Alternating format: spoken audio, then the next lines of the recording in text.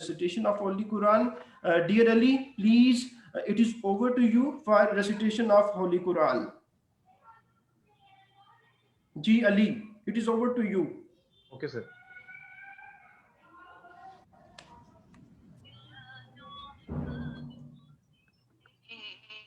Over to you, sir.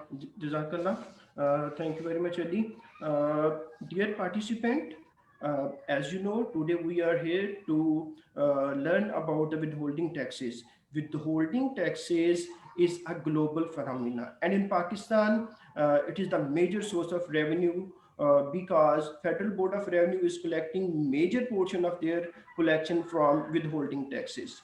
As I told, it's a worldwide phenomena. In UK, it is known as pay as you earn, and it is abbreviated as PAYE. In Australia, it is pay as you go, and in India, it is known as tax deducted at source. And in some other countries, it is known as tax retention. In our country, withholding tax has profound importance.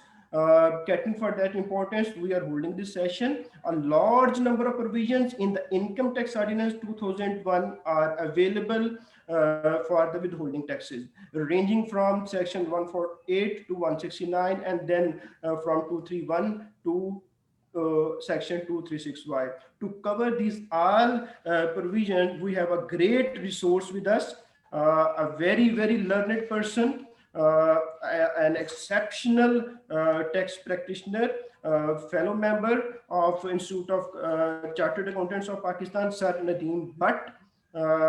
For his introduction, he is also fellow member of PEFA and fellow CFMA.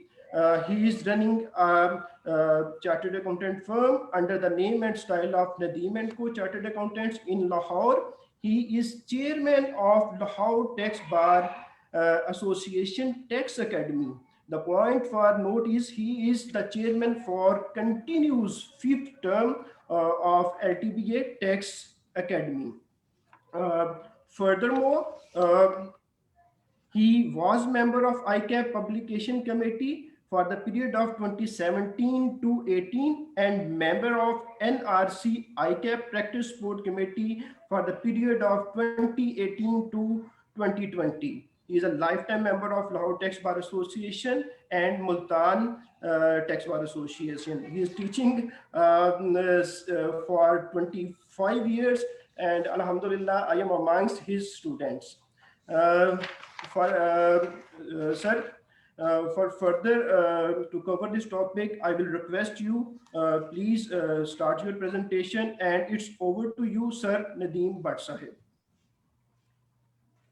Ji thank you very much जी। जैसा कि उन्होंने कहा कि withholding taxes के ऊपर आज की जो सेमिनार हमने जो रखा हुआ है उसमें हमने कोशिश की है कि जी इसमें 50 क्वेश्चन आंसर जो है ना वो डिफरेंट जो इसमें रखें ताकि लोगों को मैक्सिमम जो नॉलेज है वो विदहोल्डिंग टैक्सेस को हम शेयर कर सकें। तो वन बाय वन करके मैं आपको आपके साथ शेयर करूंगा इंशाल्लाह ताला, फिर बाद में इसके क्वेश्चन आंसर सेक्शन जो है उसको रख लेंगे हम। तो सर कहीं अपनी स्क्रीन शेयर कर लीजिएगा दोबारा। Thank you ji. स्क्रीन देखें जी, शेयर हुई हुई है, चेक कीजिएगा।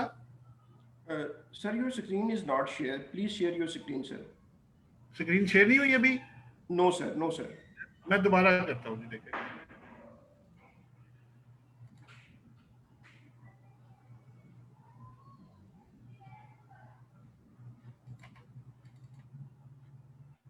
अब देखिएगा जी, आ रही है क्या? सर होने जा रही है, आ गई है sir. Your screen is available sir. जी सर, जी ठीक हो गया जी, ठीक हो गया।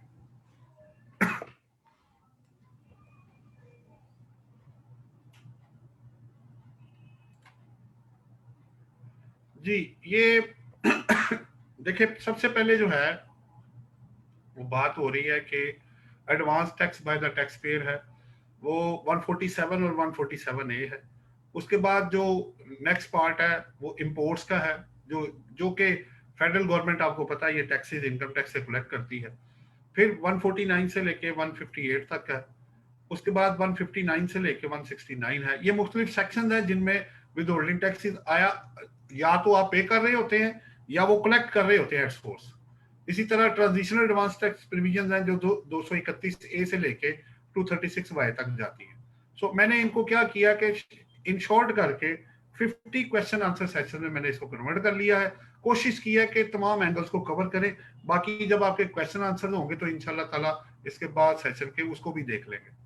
तो सबसे पहला क्वेश्चन है जी आपके सामने है, वो who will deduct withholding income tax at source. जी, सबसे पहले आप देखेंगे कि उस सेक्शन में अगर वो प्रिस्क्राइब पर्सन कह रहा है तो प्रिस्क्राइब पर्सन की डेफिनेशन उस सेक्शन में गिवन होगी, या as specified in the relevant section है। जैसे 149 सेक्शन है तो उसमें वो कहता है कि वो person who is required to deduct the tax. अब वहां पे प्रिस्क्राइब पर्सन नहीं है, वहां पे उसने कह दिया कि जो पर्सन पे करेगा सैलरी एज ए एम्प्लॉयर के तौर पे तो वो विद होल्डिंग एजेंट बन जाएगा। अब इसमें दो चीजें बड़ी इंपॉर्टेंट है।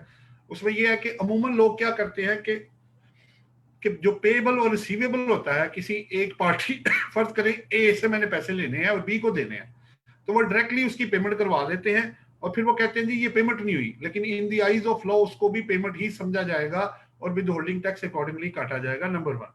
नंबर 2, इसमें विद होल्डिंग एजेंट के लिए जो वर्ड यूज हुआ है 153 में, प्रीसीडिंग टैक्स ईयर में अगर इंडिविजुअल और एओपी की टर्नओवर 100 मिलियन से ज्यादा होगी, ठीक है, तो फिर वो विद होल्डिंग एजेंट इसमें बन जाएगा। और उसमें जो वर्ड है any of the preceding tax years है, इस पे मैं डिटेल में फिर आपसे बाद में बात करूंगा। Number 2, eight which amount with holding income tax shall be deducted. अब अमाउंट कौन सी होगी जनाब? ग्रॉस अमाउंट होगी अगर सेल टैक्स एप्लीकेबल होगा, जहां सेल टैक्स है चाहे वो सर्विसेज वाला है, गुड्स वाला है या एफईडी है, व्हाटएवर जो एप्लीकेबल है वो आपने चार्ज करना है और ऐड करके, मसलन अगर मैं 1 लाख रुपए की परचेज करता हूं और 17% सेल टैक्स है तो जो इनकम टैक्स काटा जाएगा वो 1,17,000 रुपए काटा जाएगा जब पेमेंट की जाएगी। Number 3, at what rate withholding income tax shall be deducted on various payments made under the income tax ordinance 2001। अब मुझे रेट कहां से पता लगेगा जी?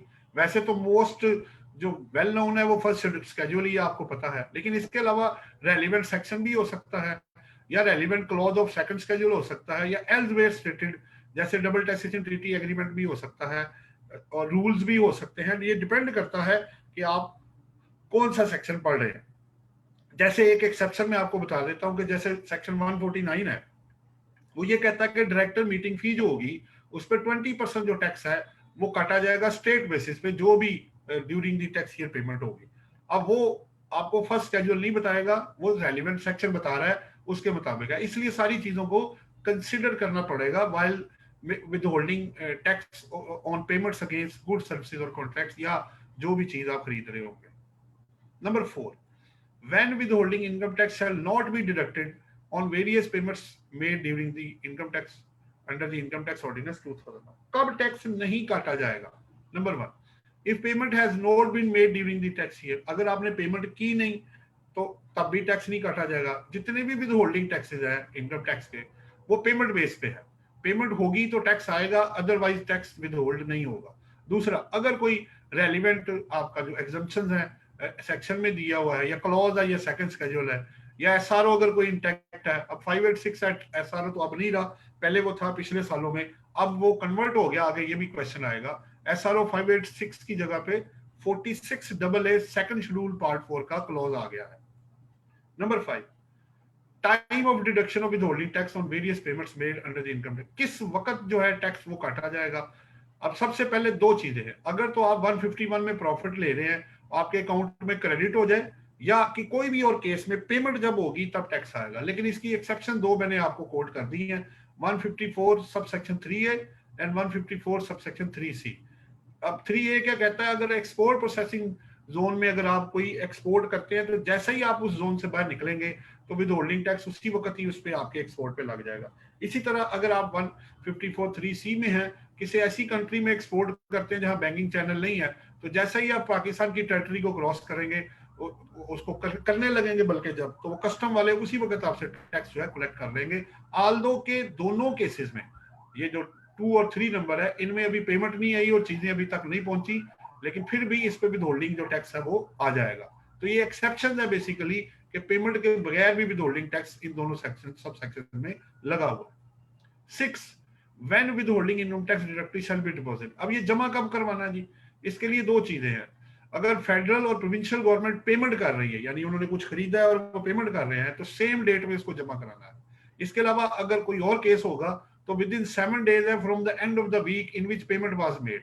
मसलन आज अगर फर्ज कर आज फ्राइडे है, आज अगर मैं पेमेंट करता हूं तो ये वीकेंड होगा संडे को रात 12 बजे तक। अगला जो कमिंग संडे होगा वहां रात 12 बजे तक मैं पेमेंट कर सकता हूं विद होल्डिंग टैक्स काटने की। इसका मतलब ये हुआ कि फेडरल और प्रोविंशियल गवर्नमेंट के अलावा जितने लोग हैं उनको कम से कम 8 दिन अगर वो संडे को टैक्स काटते हैं, और मैक्सिमम 14 डेज दिए जाएंगे कि जो टैक्स उन्होंने काटा है वो एफबीआर के बिहाफ पे जो उन्होंने एज ए विदहोल्डिंग जो टैक्स काटा है वो जमा करवा दें।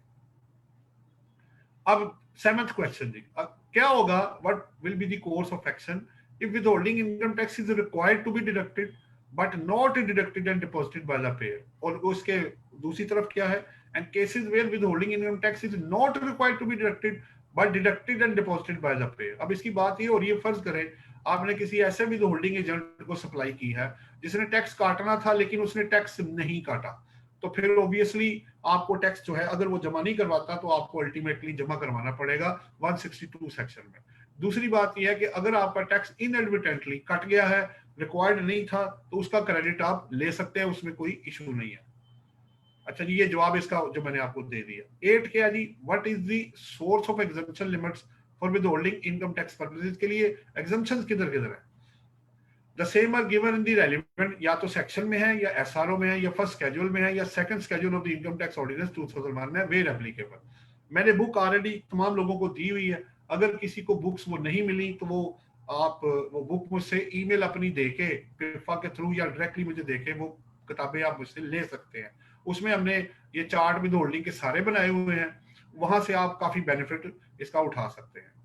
9 नंबर दी, is there any adjustment allowed against withholding income tax. क्या मैं विदहोल्डिंग टैक्स को कम कर सकता हूं जो कि मैंने दूसरों के बिहाफ पे काटना है? इसमें एक तो रेलिवेंट सेक्शन आपको बताएगा, जैसे 149 सेक्शन ये कहता है कि अगर आपने कोई गाड़ी खरीदी है, कैश विड्रॉल है या टैक्स क्रेडिट है या रिडक्शन आपके पास अवेलेबल है, तो वो एम्प्लॉयर को आप चीज वो एविडेंस दिखा के टैक्स कम कटवा सकते हैं।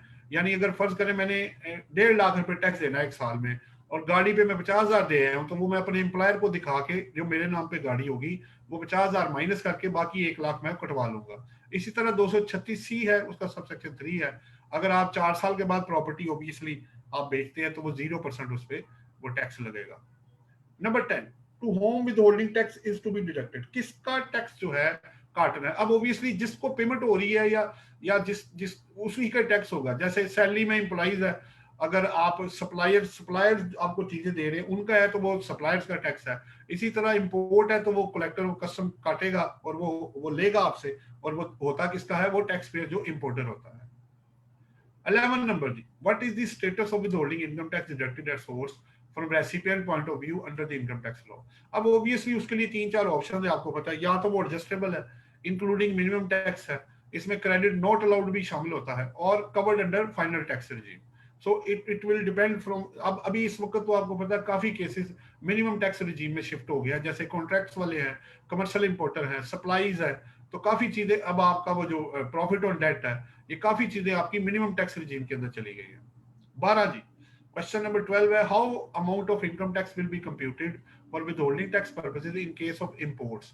अब इंपोर्ट्स में एक दो चीजें बड़ी इंपॉर्टेंट है, वो ये है कि आपने हायर ऑफ द डिक्लेयर्ड और असेस वैल्यू ऑफ इंपोर्ट आपने लेनी है, जो कि जीडीपी उन्होंने दिया होता है। आपको पता है डिक्लेयर्ड वैल्यू अलग है और असेस वैल्यू अलग होती है, और असेस इन दोनों में से जो हायर होगा उस पर कस्टम ड्यूटी ऐड की जाएगी, फिर उसमें सेल टैक्स ऐड किया जाएगा। कस्टम ड्यूटी ऐड करके फर्ज करें 1 लाख रुपए की इंपोर्ट है, उस पर कस्टम ड्यूटी फर्ज कर ले आप 50% है, अज्यूम कर रहा हूं मैं, तो 1.5 लाख हो गया। 1.5 लाख के ऊपर फिर 17% जो एप्लीकेबल है वो आएगा। इसके अलावा अगर कोई नॉन एडजस्टेबल टैक्सेस हैं या ड्यूटीज हैं जो कि रिफंडेबल, नॉन एडजस्टेबल और नॉन रिफंडेबल है, वो भी कॉस्ट का हिस्सा बन जाती है।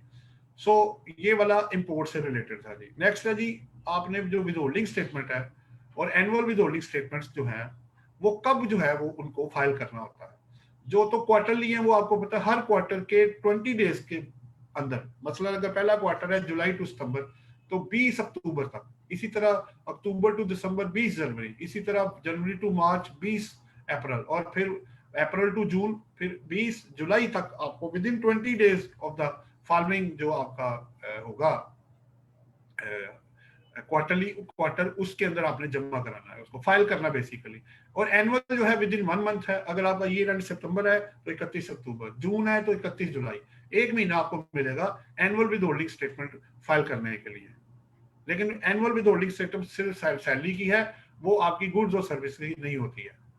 एक्टिव टैक्स पेयर कौन होगा जी इनकम टैक्स लॉ में? आपको पता होगा कि इनकम टैक्स लॉ का एटीएल लिस्ट अलग है और सेल टैक्स की एटीएल की लिस्ट अलग है। ये जरूरी नहीं कि जो बंदा इनकम टैक्स में एटीएल में होगा वो सेल टैक्स में भी होगा। तो अब इसके लिए क्या है, या तो आप पाकिस्तान की लिस्ट में हो एटीएल में, या आप आजाद जम्मू कश्मीर या गिलगित बल्तिस्तान की काउंसिल बोर्ड की रेवेन्यू की जो लिस्ट है, तीनों में से किसी एक में भी आप आ गए तो आपको एक्टिव टैक्स पेयर ही समझा जाएगा under the income tax law.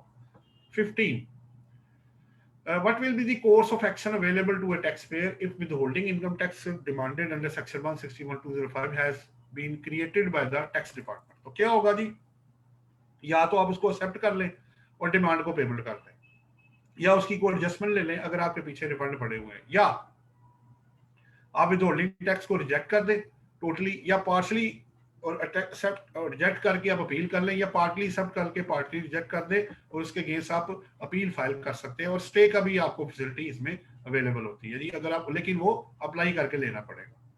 16 जी, what are the implications of failure to withholding tax under the income tax law? पहला, आपसे 161 में आपसे और रेसिपिएंट से अगर पेयर पे नहीं करता तो 162 में उसे रिकवरी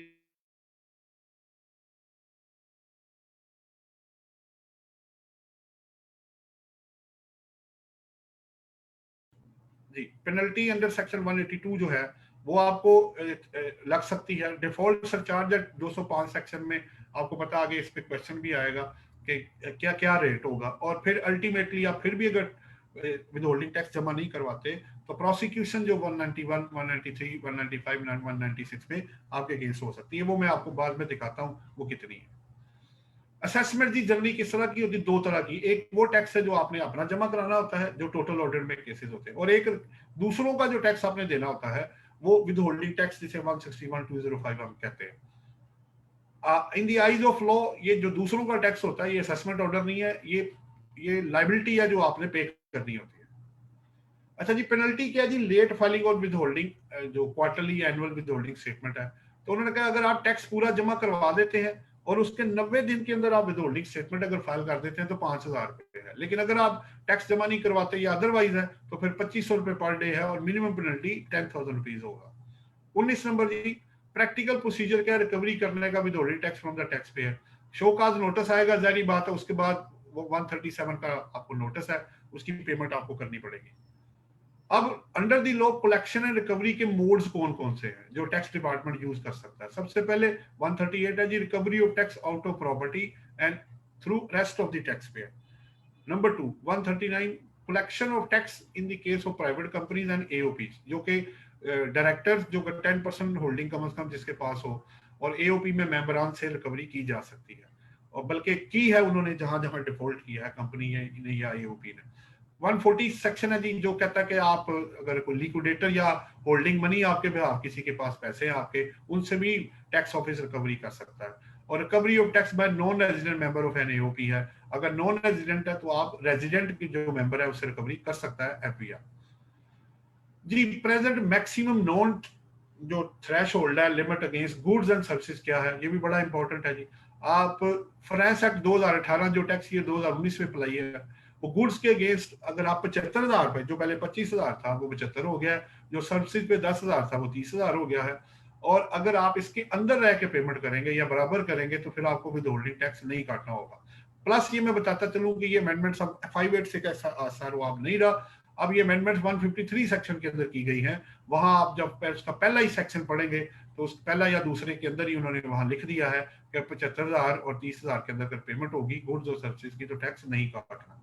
22 है जी, सेल ऑफ गुड्स सर्विसेज और कॉन्ट्रैक्ट को डिफाइन किया। गुड्स आपको पता है क्रेडिट पे बेचे या कैश पे बेचे, और चाहे कॉन्ट्रैक्ट के थ्रू बेचे वर्बल हो, वो सेल ऑफ गुड्स है। सर्विसेज उसमें स्पेसिफाइड है, अकाउंटेंट्स हैं, आर्किटेक्ट्स हैं, डॉक्टर्स हैं, लॉयर्स हैं, इंजीनियर्स हैं, इंटीरियर डेकोरेटर्स हैं एंड लॉयर्स हैं, लेकिन एम्प्लॉय इसमें शामिल नहीं है क्योंकि वो सैलरी के अंदर चला जाता है। कॉन्ट्रैक्ट्स में इसमें डिफरेंट कॉन्ट्रैक्ट्स हैं जी, आप mechanical, engineering, electrical, labour, carriage contract, लेकिन इसमें गुड्स और सर्विसेज शामिल नहीं होती। ये इंक्लूड्स की बात हो रही है, इसका मतलब है ये काफी डिटेल में कंप्रीहेंसिव डेफिनेशन होगी जो कि कॉन्ट्रैक्ट्स के अंदर फॉल करेगा, लेकिन गुड्स और सर्विसेज का कॉन्ट्रैक्ट कर लेने से सिर्फ वो कॉन्ट्रैक्ट नहीं बनेगा। हाँ जी, रेट अब जो है वो सैलरी के अगेंस्ट जो है वो क्या होगा एप्लीकेबल, वो उसके बारे में 6 लाख रुपए तक इस वक्त 0% टैक्स है और मैक्सिमम 35% टैक्स होगा अगर आपकी टैक्सेबल इनकम 75 मिलियन से ऊपर जाती है। और 20% मैं आपको पहले बता चुका हूँ, डायरेक्टर अगर मीटिंग फी अटेंड करते हैं तो फ्लैट रेट है जो कि आप इसको काटेंगे, जो कि बाद में क्रेडिट आपको मिल जाएगा, इसको इनकम में जमा कर दीजिएगा जो डायरेक्टर फी उसको मिलेगी। 24 time limit for assessment of recovery of withholding income tax है। लेकिन बात ये हो रही है कि इनकम टैक्स की रिकवरी के लिए लॉ ने सुप्रीम कोर्ट तक की जजमेंट्स आ चुकी हैं, अब कोई टाइम लिमिटेशन इस पे अप्लाई नहीं है, किसी भी साल का पीछे वो जाके आपसे रिकवरी कर सकते हैं। ऑब्वियसली पहले असेसमेंट होगी, शोकाज होगा, लेकिन प्रैक्टिकली 6 साल से पीछे टैक्स ऑफिस नहीं जा रहा 174 सेक्शन की वजह से। लेकिन ये मैं बताता चलूं कि लीगली इसमें टाइम लिमिटेशन जो 6 साल वाली 177 या 214 सी पे अप्लाई होती है, वो 161 विथहोल्डिंग टैक्स के ऊपर अप्लाई नहीं होती। 25 जी, कितना टारगेट अचीव होता जी? मोर देन 75% टारगेट जो है वो एफबीआर का विथहोल्डिंग से पूरा होता है, बाकी का वो ऑडिट और अमेंडमेंट करके उसमें से रिकवरी पूरी कर लेते हैं। रेट ऑफ डिफॉल्ट सरचार्ज क्या होगा जी? अगर आपकी तरफ पैसे निकल आते हैं और अगर आपके पैसे उनकी तरफ निकले तो कंपनसेशन आपको रिफंड पे क्या मिलेगी?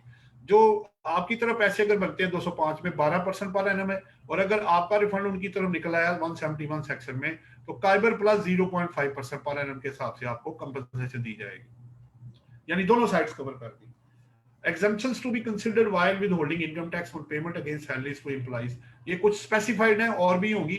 अगर मेडिकल अलाउंस की है, आपको पता है इसका 139 क्लॉज है, फैसिलिटी भी है, रीइंबर्समेंट ऑफ एक्सपेंसेस भी है, मार्जिनल कॉस्ट ऑफ परक्विजिट्स है जो एम्प्लॉयर्स को है, क्लॉज 53 है, पार्ट 1 ऑफ शेड्यूल है, रीइंबर्समेंट ऑफ ऑफिशियल एक्सपेंसेस है, और सर्टेन एग्जम्पशन जो गवर्नमेंट एम्प्लॉयज को दी गई हैं, तो इनको जरूर देखें व्हाइल कैलकुलेटिंग टैक्स ऑन जो आपका सैलरी के अगेंस्ट होगा। What are the various modes of collection of tax under the income tax law है जी? वो आपको पता है, रिटर्न्स के थ्रू है, असेसमेंट है, अपील आप करेंगे, रिकवरी है, एडवांस है, बाकी सेक्शन मैंने आपको कोट किए हुए हैं। इसी तरह ये ट्रांजिशनल प्रोविजन जो मैंने पहले आपको बताई थी 231 से लेके 236 टी तक। 29 जी, what are the rules regarding updation of active tax payer list? अब इसमें क्या है, अब ये लिस्ट बेसिकली 1 जुलाई 2014 था जिसमें जो एफबीआर ने पोर्टल पे लिस्ट डाली है, और वो वैलिड होती है 28 फरवरी तक, और 1 मार्च को हर साल की नेक्स्ट जो फॉलोइंग होता है उसमें लिस्ट को अपडेट किया जाता है। मसलन इस वक्त जो 1 मार्च को लिस्ट अपडेट हुई है एटीएल की, वो टैक्स ये 2020 की बेस पे हुई है। अब जो 1 मार्च आपका आएगा 2022, वो 2021 की रिटर्न जो आप फाइल करेंगे, वक्त पे फाइल करेंगे, तो उस बेस पे वो अपडेट होगा और एटीएल की लिस्ट में आप आ जाएंगे। इश्यूज कौन कौन से हैं जी विथहोल्डिंग टैक्स फाइल करते वक्त? या तो विथहोल्डिंग इनकम टैक्स काटा नहीं जाता, या रेट गलत अप्लाई किए जाते हैं, एटीएल नॉन एटीएल का स्टेटस रेसिपिएंट का चेक नहीं होता, और स्टेटमेंट जो है वो एनुअल या क्वार्टरली फाइल नहीं की जाती, और या अल्टीमेटली क्या है कि डिपॉजिट जो टैक्स है वो लेट जमा कराया जाता है। 31 जी, ऑफेंसेस एंड प्रोसिक्यूशन जो मैंने पहले बताया था, अगर आप विथहोल्डिंग टैक्स जमा नहीं कराएंगे तो क्या होगा, तो उसमें डिफरेंट 4 मैंने लिए हैं। फेलियर ऑफ विथहोल्डिंग टैक्स होगा प्रोविजंस, तो इम्प्रिजनमेंट फॉर 1 ईयर और बोथ है। फेलियर टू मेंटेन रिकॉर्ड्स है, इसी तरह इंटेंशनल होगी तो इम्प्रिजनमेंट और 2 ईयर और बोथ है। नॉन डेलिबरेट होगी तो फिर 50,000 रुपए है, ठीक है, उसे एक्सीड नहीं करेगा। इसी तरह अगर आप फॉल्स मिसलीडिंग स्टेटमेंट देंगे, इंटेंशनल है तो फाइन और इम्प्रिजनमेंट 2 ईयर और बोथ है, और अदर केसेस में अमाउंट स्पेसिफाइड नहीं है। ऑब्स्ट्रक्ट करेंगे आप इनकम टैक्स अथॉरिटीज को तो अमाउंट स्पेसिफाइड नहीं, इम्प्रिजनमेंट फॉर 1 ईयर होगा। Is withholding income tax applicable on markup paid on loan from a banking company? ये बड़ा इंपॉर्टेंट क्वेश्चन है जी बेसिकली प्रैक्टिस में। तो आपकी जो एग्जेम्पशन है बेसिकली वो 5(2) रूल है 7th शेड्यूल का, जो ये कहता है कि banking company as a recipient of जो मार्कअप होगा, क्योंकि लोन तो अगर मेरे ही पैसे मुझे आप वापस कर रहे हैं उस पर तो टैक्स वैसे भी नहीं आना, तो मार्कअप जो आप वापस करेंगे ओवर एंड अबव, उस पर विथहोल्डिंग टैक्स की प्रोविजन अप्लाई नहीं होंगे। एक वक्त था कि इन्होंने एक सर्कुलर निकाला था, लोगों को नोटिस दिए थे लेकिन फिर ऑब्वियसली बाद में इनको विड्रॉ करना पड़ गया। हाँ जी, लीगल प्रोविजंस क्या विदहोल्डिंग इनकम टैक्स स्टेटमेंट्स की, ये मैं बताता चलूं कि इस वक्त तो 165 की जो स्टेटमेंट आपने फाइल करनी है 149 और 155 या 153 की वो कटी है, और अब आपको नील की भी विदहोल्डिंग स्टेटमेंट फाइल करना लाजमी है ताकि कल को आप पेनल्टीज और प्रोसिक्यूशन से बच सके। इंपैक्ट क्या होगा जी, recovery withholding tax from recipient. अगर रेसिपिएंट टैक्स पे कर दे तो और पेयर पे ना करे तो क्या होगा, उसमें यह है कि आप सरचार्ज जो होगा अगर लेट पेमेंट हुई है तो वो रिकवर कर सकते हैं, और एक्सपेंसेस फिर भी डिसअलो हो सकते हैं पेयर के, इवन के रेसिपिएंट अगर टैक्स पे कर देगा, क्योंकि वो पेयर के ऊपर चेक एंड बैलेंस रखना चाहते हैं। अमाउंट नहीं वो मांगेंगे लेकिन एक्सपेंस वो डिसअलो कर सकते हैं, 162 सेक्शन में ये लिखा हुआ है। 35 है जी, आप डिफॉल्ट सरचार्ज से या लेट पेमेंट से या non payment of withholding tax से कैसे बच सकते हैं। अगर आपके पास विदहोल्डिंग का डिफॉल्ट आ गया है और रिफंड आपके प्रीसीडिंग टैक्स ईयर में पड़े हुए हैं तो आप उनकी एडजस्टमेंट आपस में कर सकते हैं और डिफॉल्ट सरचार्ज से बच सकते हैं। मसलन अगर 10 लाख की डिमांड है, पीछे रिफंड ही 15 लाख पड़ा हुआ है, तो आपको डिफॉल्ट सरचार्ज से बचत हो सकती है। इस पे जो रेफर्ड जजमेंट है वो मैंने इसमें हाईलाइट करके आपको दे दी है, इस बेस पे आप इस पे डिफॉल्ट सरचार्ज से बच सकते हैं। 36 है जी, what is the purpose of reconciliation of statements है, रिपोर्ट जो आप विदहोल्डिंग स्टेटमेंट्स करते हैं। देखें उसमें जितनी भी रिटर्न आपने फाइल की है, एक्शन में सब कुछ है, उसके ऊपर उसको टैली करने के लिए बेसिकली 44(4) की रिकंसिलिएशन मांगी जाती है ताकि पता चल सके कि कितना टैक्स बनता था और कितना काटा और कितना नहीं काटा। 37 है जी, what are the various disputes and their effects related to non compliance of withholding statements. अगर आप बिजनेस कंडक्ट कर रहे हैं, नहीं फाइल करते हैं तो पेनल्टी 182 में है, लेट फाइलिंग की पेनल्टी 182 के अंदर है। फिर जिन लोगों के बिलो टैक्सेबल लिमिट है उनकी भी रिक्वायरमेंट है कि उसको शो करना होता है, लेकिन लोग शो नहीं कर रहे होते। इसी तरह एग्जम्पशन आपने जो मैंने पहले कहा 586 SRO आप चला गया 46AA part 4 of second schedule के, उसको आप देख सकते हैं। फिर इसी तरह जो एग्रीकल्चर प्रोड्यूस अगर आप खरीदेंगे तो clause 12 of part 4 of second schedule, उसकी प्री कंडीशन आप मेट करें तो विदहोल्डिंग टैक्स नहीं काटना होगा। कुछ लिटिगेशन की लैंडमार्क जजमेंट से बड़ी इंपॉर्टेंट है। अगर आप एग्जम्पशंस की इंटरप्रिटेशन चाहते हैं तो वो रेवेन्यू की फेवर में ज्यादा केस जाते हैं, और डिसएडवांटेज टू द क्लेमेंट है, ये उसकी जजमेंट रेफर कर दी है। सीआईआर अपील आपका जो ऑर्डर है उसको सेट असाइड पहले कर सकते थे, टैक्स ईयर 2011 से ऑनवर्ड हम वो सेट असाइड नहीं कर सकते। उनकी कमिश्नर इनर रेवेन्यू अपील्स की जो पावर जो है वो विड्रॉ हो चुकी है सेट असाइड की। ट्राइब्यूनल और कोर्ट्स की अभी बाकी है, वो इंटैक्ट है। एग्जम्पशंस ऑन सेकंड शेड्यूल में आप ओबीएस है कि एग्जम्पशन सर्टिफिकेट देंगे तो वो मानेंगे, ऑटोमेटिक नहीं है। इसी तरह ऑडिट में अगर आपका केस आता है 170(214) और आपका विदहोल्डिंग 21C जो विदहोल्डिंग टैक्स पूरा हो जाता है तो वहां भी कई दफा छूट मिल जाती है। लेकिन अब सवाल ये हो रहा है कि जो असेसमेंट वाला ऑफिसर है वो अलग है और जिन्होंने विदहोल्डिंग की प्रोविजंस की कंप्लायंस करवानी होती है वो कमिश्नर आपके, वो जो टैक्सेशन ऑफिसर है बेसिकली वो अलग होगा। 2 एसेंशियल्स हैं जी 161 के लिए, टैक्स पेयर विदहोल्डिंग एजेंट होना चाहिए और पॉइंट आउट टैक्सेबल पेमेंट है, ये इस पे जजमेंट आई हुई है। टाइम लिमिटेशन अप्लाई नहीं होता, पहले भी मैंने कोट किया, अब दोबारा से उसके अंदर एक लिस्ट बना दी है, और जो बिलो टैक्सेबल लिमिट है उसको भी शो करना होता है, ये जजमेंट भी साथ कोट कर दी है। 39 है जी, जो income earned bye tax payer being an individual domiciled company and AOP जो रेजिडेंट इन ट्राइबल एरिया, उसका क्या करना है।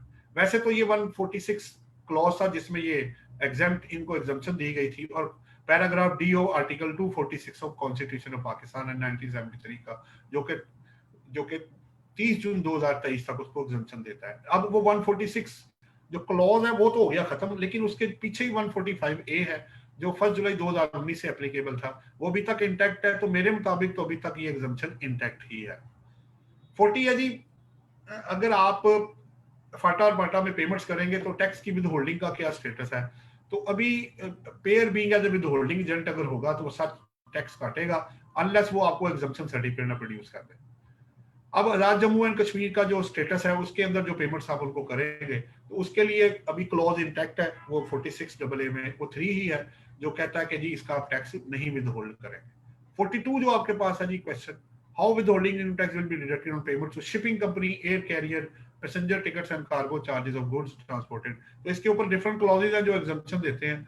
पहले तो 153 है, वो सेट पेमेंट्स पे वर्च्यू ऑफ क्लॉज आपके साथ रेफर्ड है, 46AA पार्ट 4 है। उसके बाद ये फर्दर पेमेंट्स हैं जो टिकट्स वाली हैं, इसके लिए क्लॉजेज एक डिफरेंट है। 43B है जी पार्ट 4 का। 43C है बी एयर टिकट्स के कमीशन एजेंट्स के लिए, पेट्रोलियम प्रोडक्ट्स के लिए है 43C part 4। Carriage of goods और ट्रांसपोर्टेड जो है वो 43D एंड ई है। और subject to fulfilment of conditions है वो ये है कि आपने अपना जो टैक्स लायबिलिटी है रिस्पेक्टिव क्लॉज में वो डिस्चार्ज की हो। 44 है जी status of withholding tax of payments against building rentals and vehicle rentals है। बिल्डिंग वाला तो आपको पता है 155 में है, और व्हीकल रेंटल अगर आप लीजिंग वाले हैं तो वो एग्जेम्प्ट है। अदरवाइज अगर आप किसी और से रेंट पे गाड़ी लेंगे तो आप विदहोल्डिंग एजेंट अगर है तो आपको 153 में टैक्स काटना पड़ेगा। 45 है जी प्रेजेंट स्टेटस जो है, अगर आप grant, stipend, sub grant, financial services grant, payments to communities, आप एडवांसेस एंड एक्सपोजर भेज देते हैं तो क्या है, तो वो रिस्पेक्टिव सेक्शन जो आपको बताएगा उसके मुताबिक आपको उसके टैक्स काटना पड़ेगा जी। इवन कि आप एनपीओ भी होंगे, आपको पता होना चाहिए कि एनपीओ और जो वेलफेयर इंस्टीट्यूट्स हैं उनको विदहोल्डिंग एजेंट का स्टेटस मिला हुआ है। What is the present status of withholding interest on payment against salaries है, उसके बारे में 149 जो है आपको पता है, उसमें मैंने शेयरिंग आपसे कर ली है। उसके बाद रिडक्शन जो आपको दी जाएंगी उनमें से जो 25% थी अवेलेबल फुल टाइम टीचर्स और स्ट्रक्चर, वो 22 मार्च से खत्म हो गई है। और एग्जम्पशन अगर कोई और रिटायरमेंट बेनिफिट्स या और कोई है तो वो सैलरी के नोट्स जो हमने दिए उसमें आप यूज कर सकते हैं। 47 है जी what is the present status of 100% more tax अगर आपका कट जाता है 10th शेड्यूल में बीइंग एज नॉन एटीएल तो क्या होगा। तो उसमें लॉ ये कहता है जी 169(4) में कि अगर आप रिटर्न अपनी वक्त पे फाइल कर देते हैं रूल 4 ऑफ 10th शेड्यूल के मुताबिक बिफोर फाइनलाइजेशन ऑफ असेसमेंट, तो वो टैक्स आपका जो पूरे का पूरा जो डबल कटा हुआ है वो आप वापस ले सकते हैं। 48 है जी फॉर्मेट जो है उसके अंदर स्पेसिफाइड चीजें, डाटा है, पेमेंट है, विदहोल्डिंग टैक्स है, बिल है। ये हमने विदहोल्डिंग की जो स्टेटमेंट है वहां से निकाला है उसका फॉर्मेट। उसमें 149, 153 और सारी इकट्ठी करके अब आप विदहोल्डिंग स्टेटमेंट्स फाइल कर रहे हैं जो कि ऑनलाइन डाटा अवेलेबल है। एनुअल का जो है जी उसमें भी डाटा इसी तरह ही है, उसमें विदहोल्डिंग टैक्स है, बिल है, पेमेंट वेरिफिकेशन, क्योंकि एनुअल सिर्फ मैंने आपको शुरू में बताया था कि वो सिर्फ सैलरी के लिए है, वो 153 के लिए एप्लीकेबल नहीं है। Last but not the least की जो discussion on feeding of quarterly annual withholding statements है, ओनली क्वार्टरली जो है वो मैंने आपको बताया है। और प्लस आप 1 जुलाई 2020 से ये क्वार्टरली हो चुका हुआ है, पहले ये हाफ ईयरली था, तो आप उसको भी वक्त पे फाइल करें और जो टैक्स है उसको भी वक्त पे जमा करें। ये जी मेरी साइड से जो 50 क्वेश्चन थे वो मैंने कोशिश की कि मुख्तलिफ चीजें कवर करूं। आप लोगों का बहुत बहुत शुक्रिया। अगर कोई क्वेश्चन है तो आप उसमें मेरे साथ वो कर सकते हैं। जी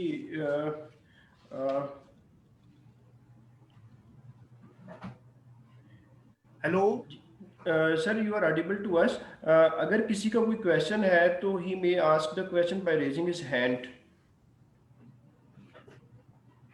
जी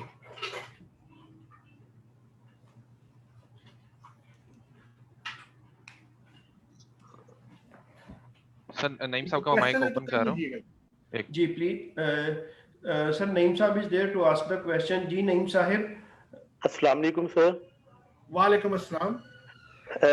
सर थैंक यू, आपने बड़े अच्छे तरीके से और स्पीडली जो है ना बहुत सी चीजें जो है ना वो आपने कवर की हैं। सर मेरा ये क्वेश्चन है कि जिस तरह ये रजीम का मतलब रजीम से रिलेटेड वेबिनार था, तो एक तो थोड़ा सा रजीम्स जो है ना उसको जस्ट जो है ना स्पीडली थोड़ा सा बता दें कि जैसा प्रिजेंटिव रजीम है, नॉर्मल टैक्स रजीम है, एफटीआर है एक ये, और मिनिमम जो है ना इसको थोड़ा सा ब्रीफ कर दें। दूसरे नंबर पे सर ये विद होल्डिंग के हवाले से थोड़ा आपने ब्रीफ कर दिया है। डिपॉजिट के हवाले से मेरा क्वेश्चन है कि ये जिस तरह एडजस्टेबल और फाइनल का जो है ना सेग्रीगेशन की गई, जब हम टैक्स जमा करवाते हैं तो एफडीआर पोर्टल पे भी जो एडजस्टेबल और फाइनल का जो है ना वहां पे हमें सिलेक्ट करना पड़ता है। अगर कोई ऐसा जिसका टैक्स एडजस्टेबल है लेकिन वो फाइनल में टैक्स जमा हो गया तो क्या वो क्लेम कर सकता है? नहीं देखिए आपके 3 सवाल हो गए। तो आपने जो पहला क्वेश्चन किया था, देखिए पहली बात तो ये है कि अगर किसी ने इनएडवर्टेंटली उसको एफटीआर लिख दिया तो उसके लिख देने से वो एफटीआर नहीं बन जाएगा, ठीक है? Okay sir. तो इस पे जजमेंट आई हुई है। अगर कोई लॉ, कोई रूल, कोई सर्कुलर, कोई ऐसी चीज जो इनकंसिस्टेंट विद द लॉ है तो प्रिवेल इनकम टैक्स लॉ ही करेगा। वो गलती से किया हुआ काम जो होगा ना वो प्रिवेल नहीं करेगा। ठीक हो गया? जी सर। आप यहाँ पे सर मेरा सॉरी मैं सर इंटरप्ट कर रहा हूँ, यहाँ कर ले आप क्वेश्चन कर। अकॉर्डिंगली जो हर सेक्शन में लिखा हुआ है कि ये फाइनल है, मिनिमम है, ये एडजस्टेबल, जैसे 153(5)(a) है उसमें जी। मैन्युफैक्चरर या लिस्टेड कंपनी अगर होती है तो उसके लिए टैक्स एडजस्टेबल, अगर उसका जी, कोई जी। टैक्स जो है ना एओपी इंडिविजुअल या कोई भी विद होल्डिंग जो प्रिस्क्राइब्ड पर्सन है, अगर वो जी, फाइनल में जमा यानी पीएसआईडी बनाते वक्त उसको सिलेक्ट कर लेता है, फाइनल जी, सिलेक्ट कर लेता है, तो जी, वो जी। अगेंस्ट द लॉ ही हुआ, तो 153(5)(a) जो है ना वो कहता है कि ये कंपनी जो है ना वो मैन्युफैक्चरर है, तो मैन्युफैक्चरर के तौर पे ही इसका टैक्स जमा होना चाहिए, और adjustable against tax liability year and return के साथ वो एडजस्टेबल हो जाएगी। तो उसको क्या फिर हम वो लेटर मैन्युफैक्चरिंग लिख के ना कंपनी? फिर देखिए, मैंने अभी आपको यही बताया है, अगर एक कोई बंदा, जी सर। अगर एम्प्लॉयर आपका टैक्स काटे फर्ज करे सैलरी पे, और वो एडजस्टेबल की जगह फाइनल जी कर जी दे, सर। तो इसका ये मतलब तो नहीं कि ये फाइनल टैक्स रिजीम में चला गया। पीछे ठीक है सर। एक वक्त ये भी था कि जब फर्नीचर का था ना, आप फर्नीचर कंपनी की रिटर्न हम फाइल करते थे, फर्नीचर पे इनिशियल लॉस भी जी देती सर। थी रिटर्न, ठीक है। जी अब जी अगर कोई चीज वायलेट करके लॉ को अपनी तरफ से कोई चीज बना देता है, या सर्कुलर है या कोई चीज है या जी जजमेंट जी। है, तो प्रिवेल लॉ नहीं करना है, उस गलत चीज ने प्रिवेल नहीं करना, ठीक है। ओके तो इसका ओके सर, यहाँ क्रेडिट पे फिर आपको, मेरा क्वेश्चन ये कि जिस तरह जी, मिलेगा, करेक्ट, नहीं मिलेगा ये कि फिर आप अपने जिस सीपीआर तरह की सर। करेक्शन कराएं ना, फिर आप अपने सीपीआर की करेक्शन कराएं वहां जाके। सही है, उन्हें कहें जी, पहली बात तो यानी ये है कि कि अगर, एफटीआर से वो एडजस्टेबल में लेके। जी जी उसमें करवाएं, अगर वो नहीं करते तो लेटर लिख दे उन्हें कि जनाब, चूंकि मेरी इनकम कवर्ड ही नॉर्मल टैक्स रिजीम में है या मिनिमम में है, तो मैं एफटीआर में तो जा नहीं जी जी। सकता, उसके लिख देने से तो मेरी इनकम नहीं ना एफटीआर बन जाएगी। Okay sir. दूसरा सर दूसरा, क्वेश्चन मेरा ये कि जिस तरह कुछ जी, जिस तरह गवर्नमेंट के जो इंस्टीट्यूट्स होते हैं, उनके पास कुछ तो ऐसे गवर्नमेंट के भी अदारे हैं जिनके पास अभी जो है ना वो ऑनलाइन लॉगिन वगैरह नहीं, अगर है तो वो मिनिस्ट्री ने डिफाइन किया हुआ है, लेकिन अभी तक उसके जो सब डिपार्टमेंट्स है उनको जो है ना ही एक्सेस है और ना ही उनके पास है। अगर वो किसी कंपनी का या किसी अदारे का टैक्स काटता है तो वो मैनुअल ही अभी तक जो है ना वो जमा करवा रहा है, तो उसका मैनुअल तरीका में मैं कोई आपको जो है ना बता वो। देता, मैं बता जी। देता हूँ। हमारे केस में ये हुआ कि एक गवर्नमेंट डिपार्टमेंट ने हमारा ना 40 लाख रुपए टैक्स काटा, ओके सर। ठीक हो गया। अब आपकी एग्जांपल, मेरी जी जी। एग्जांपल बिल्कुल आपके सवाल को फिट हो रही है। उसने क्या किया, उन्होंने कहा ओके जी सर। मुझे 40 लाख का सीपीआर ला के दे।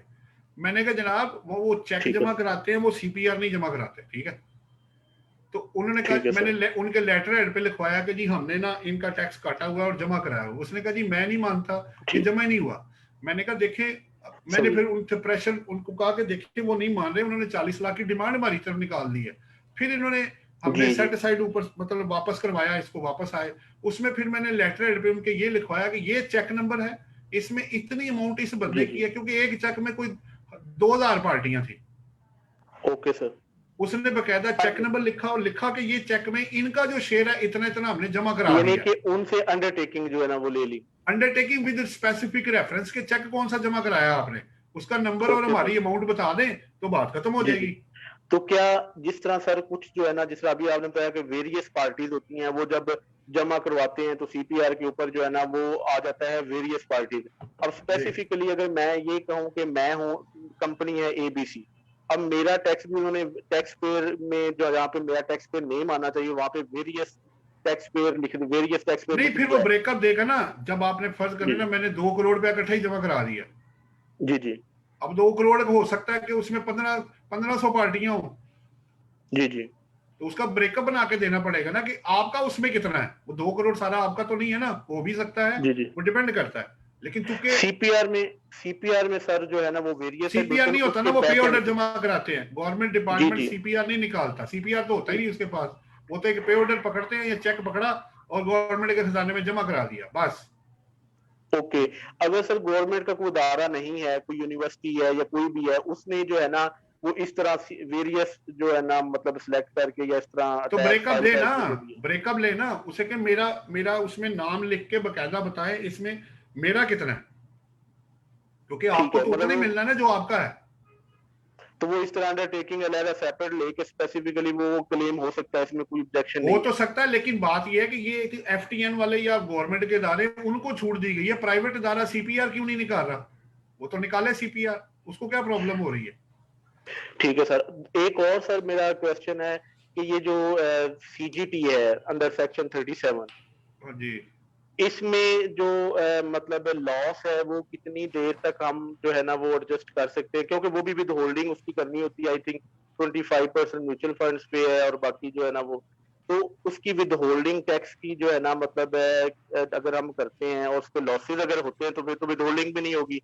तो क्या एनसीसीपीएल जो है ना उस विद होल्डिंग को जो है ना करेगा, या पहले वो गेन अगर अगले साल होता है तो उसको पहले एडजस्ट करेगा, रिमेनिंग फिर जो है ना अगर कोई बचता है तो टैक्स काटेगा? इसका सर क्या विद होल्डिंग का रूल है? देखिए बात यह है कि उसने तो पेमेंट देखनी है ना, अगर वो आपको जी पेमेंट कर रहा है, क्योंकि विद जी होल्डिंग जी तो सारी पेमेंट के ऊपर है। अगर तो आपको पेमेंट होनी है तो फिर तो वो टैक्स काटेगा, ठीक है। ठीक है सर। अगर अगर अगर उस पे ऊपर लॉ ये कहता है कि जी आपने लॉसेस को एडजस्ट करके काटना है तो वो माइनस करेगा। अगर जी वो नहीं कह रहा तो फिर ग्रॉस अमाउंट पे वो टैक्स कट जाएगा आपका। दोनों में से कोई एक चीज तो होनी है, ठीक है। अब तो लेकिन ये ये चीज तय है कि होनी पेमेंट के ऊपर ही है। वो तो जो पेमेंट आपको आएगी वो काट के आपको दे देगा। अब रही बात आगे आपको जब मिलेगा तो आपको जी पता है जी वो सेपरेट ब्लॉक में कवर्ड है। तो जी जी सेपरेट ब्लॉक सेपरेट आपको ब्लॉक, पता है वो फिक्स टैक्स है, वो तो ले लिया उन्होंने पैसा, ठीक है। सेपरेट रेट से वो अप्लाई होता है। जी जी जी जी बिल्कुल ऐसे 37A में जो सेपरेट ब्लॉक ही आपको है, उसके अलावा तो और कोई चीज उसमें है नहीं। जी जी। मेरा मतलब आधा क्वेश्चन अभी है सर कि वो जो लॉस को पिछले साल लॉस हुआ था, सीजीटी नहीं, लॉस पिछले हुआ था। साल होता ही है कि जिस साल में पेमेंट है उसको देखना है ना उसने। अगर लॉ ऐसी कोई फैसिलिटी देगा, जैसे सैलरी है, अगर आप किसी का एक साल में ज्यादा काट लेते हैं या कम सर काटते हैं वो तो ड्यूरिंग। आप टैक्स की बात कर रहे हैं ना कि पेमेंट होगी तो टैक्स जो है ना विद होल्ड होगा। मैं कह रहा हूँ कि उसको गेन नहीं हुआ, गेन होगा तो फिर उस पे जो है ना टैक्स भी कटेगा। अगर गेन की बजाय जो है ना वो लॉस हुआ है तो लॉस कितने साल तक वो कैरी फॉरवर्ड हो सकता है? और वो अगले मैं साल बता जब देता अगर, हूँ, वो 37A में ना उसने दिया हुआ 3 साल के लिए कैरी फॉरवर्ड होता है वो ठीक है सर रेसिपिएंट वो, को ये परमिशन दी गई है। पहले नहीं था, 19 या 20 में ये शुरू है कि अब आप जी जी 37A का लॉस भी कैरी फॉरवर्ड कर सकते हैं, लेकिन 3 साल के ठीक, लिए। ठीक है सर। वो कैरी फोर के पीछे 2 साल पहले मेरा लॉस हुआ लेकिन उसके बाद मुझे गेन होना शुरू हो गया, तो क्या वो पिछला जो लॉस कैरी फॉरवर्ड हुआ है जी उसको पहले गेन के साथ सेट ऑफ होगा? क्या ये लॉ अलाउ करता है नहीं उसके नहीं, बाद जो दो है ना? चीजें दो चीजें मुख्तलिफ है, दो चीजें जी मुख्तलिफ सर। है। ये फैसिलिटी रेसिपिएंट को दी गई है, पेयर के लिए नहीं है। Okay sir. ये आप दोनों चीजें मिक्स कर रहे हैं। ये जो मैं नहीं आपको मैं सर कानून बता रहा हूँ क्लैरिफिकेशन ये चाह रहा था। रेसिपिएंट के लिए, ये रेसिपिएंट के लिए है, वो कर सकता है। ओके सर, ये वो पेयर के कर लिए सकते नहीं हैं। है। पेयर ने ड्यूरिंग द टैक्स ईयर को देखना है, अनलेस को स्पेसिफिकली कुछ छूट ना उसको दी गई हो। तो सर ये कंपनीज के केस में और बाकी जो है ना ये एनसीसीपीएल जो है ना वही इसका जो है ना वो लॉसेस का, अब तो लॉसेस हाँ या जी हाँ जी, गेन अब उसमें विद करता है। होल्डिंग एजेंट उसको बनाया हुआ ना, ऐसे ही है, ऐसे ही जी, है। तो वो इसको कैसे ट्रीट करेगा? अभी बता तो लॉस दिया को मैंने कि पिछले, वो ड्यूरिंग दी टैक्स ईयर को देखेगा, पिछले और अगले को नहीं देखेगा वो। तो वो पिछला अल- लॉस जो है ना उसको कोई नहीं नहीं, एडजस्टमेंट वो नहीं उसके होगी लिए उसकी? वो नहीं कर सकता अनलेस लॉ में कोई ऐसी चीज लिख ना दी जाए कि हाँ जी आप कर सकते हैं। अमूमन पेयर का आगे और पिछले लॉस के साथ कोई लेना देना नहीं होता, अनलेस लॉ उसको फैसिलिटेट ना करे। थैंक यू सर, आपने बड़ा अच्छे तरीके से बताया। सर काइंडली ये थोड़ा सा मिनिमम टैक्स और जो ये रजीम्स है ना, काइंडली हाँ जस्ट 1 लाइन या 2 लाइंस में ये जो है ना बता दीजिएगा हाँ, ताकि हमें। वो पता क्या है, वो तो पता है। अगर शॉर्ट लेना है, अगर आपने जी जी फाइनल टैक्स रिजीम चेक करना है तो आप 169 सेक्शन पढ़ेंगे, ठीक है। ठीक है सर, आपको ठीक पता है सर। लग जाएगा कौन से केसेस फाइनल टैक्स रिजीम में आते हैं, कुछ अदरवाइज कुछ सेक्शन में भी लिखा हुआ है, ठीक है। ओके इसके सर। अलावा अब मोस्टली देखें एफटीआर में बचा क्या, अब आपके पास एक्सपोर्ट है, डिविडेंड है, प्राइस बॉन्ड है, पेट्रोल पंप है, ठीक है। जी जी जी बहुत थोड़े केसेस है जो एफटीआर के अंदर बचे हैं। अब जी या जी, तो नॉर्मल टैक्स रिजीम में चला गया, या मिनिमम या में, या मिनिमम सेपरेट में। ब्लॉक में चला गया, ठीक है। जी जी तो सर। लेकिन किताबें, बुक्स ऑफ अकाउंट्स हर सूरत में अब आपको बनानी ही पड़ेगी। जी जी, वो तो डेफिनेटली। सर तो सेपरेट ब्लॉक इनकम में जो है वो ये सीजीटी है, और इसके अलावा और कौन सा जो है ना सेक्शन में ये separate? Profit on debt minimum में चला गया है। पीओडी। ज्यादा जी जी। ज्यादा मिनिमम में गए हैं, ज्यादा मिनिमम में गए ओके। हैं। जी जी। एक्सपो 148 भी जो है ना वो भी मिनिमम में। जी जी जी, मैंने 148 बताया सर। ज्यादा ज्यादा commercial importer, thank you contractor, sir, suppliers. Thank you sir. मैंने आप मजा तो बहुत आ रहा है आपसे और भी डिस्कशन का, लेकिन क्योंकि बाकी पार्टिसिपेंट्स भी जी हैं जी जी जी इसलिए जी Thank सर you very मैं much, आप Naeem Sahab. I Thank am you. Grateful sir. Okay. Sir, चलिए। Naeem Sahab, thank you very much. Now, sir, participant Azhar Bilal, वो आपसे जी क्वेश्चन करेंगे. Azhar Bilal, you may ask the question.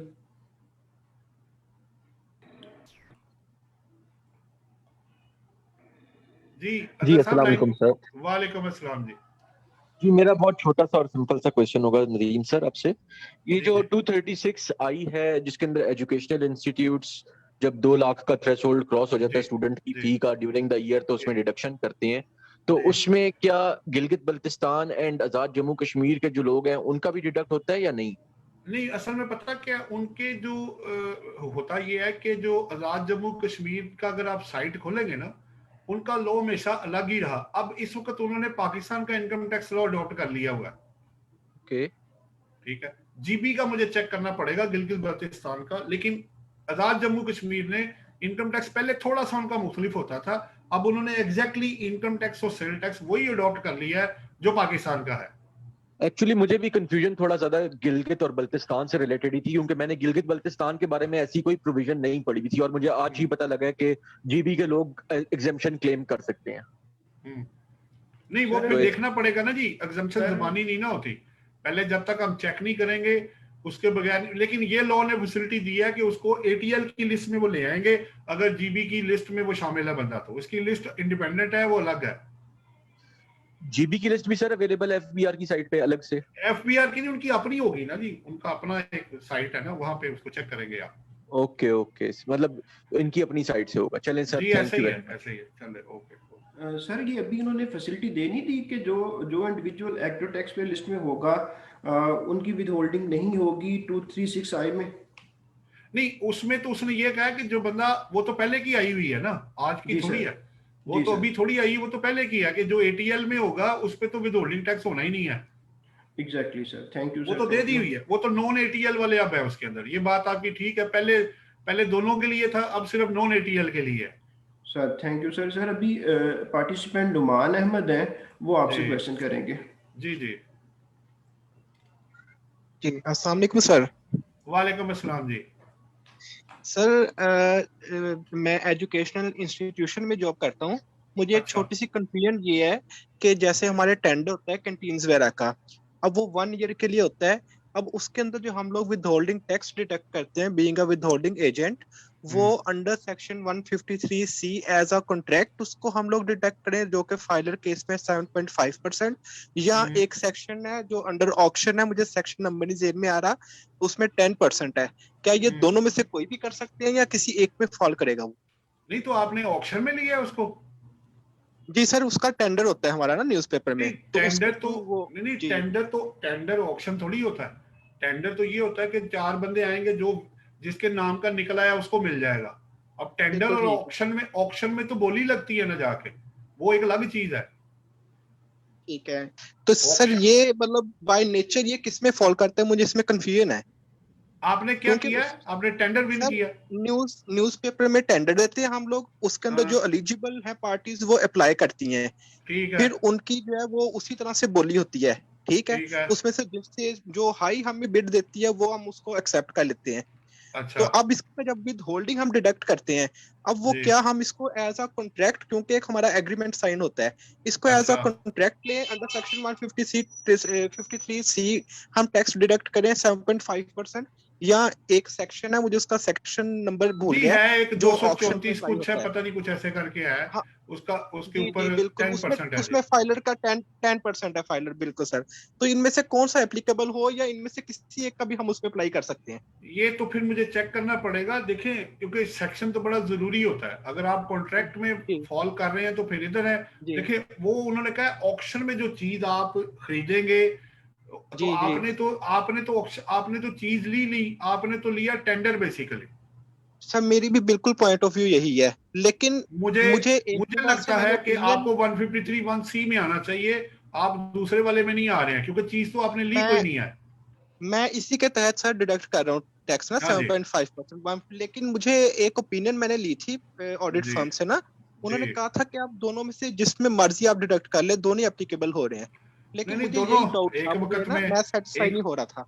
एक वक्त में दोनों कैसे अप्लाई हो सकते हैं? एक ही होगा मतलब ना। नहीं नहीं, एक वक्त में दोनों नहीं, मतलब वो कह रहे हैं कि इन दोनों में से किसी एक के तहत आप काट सकते हैं।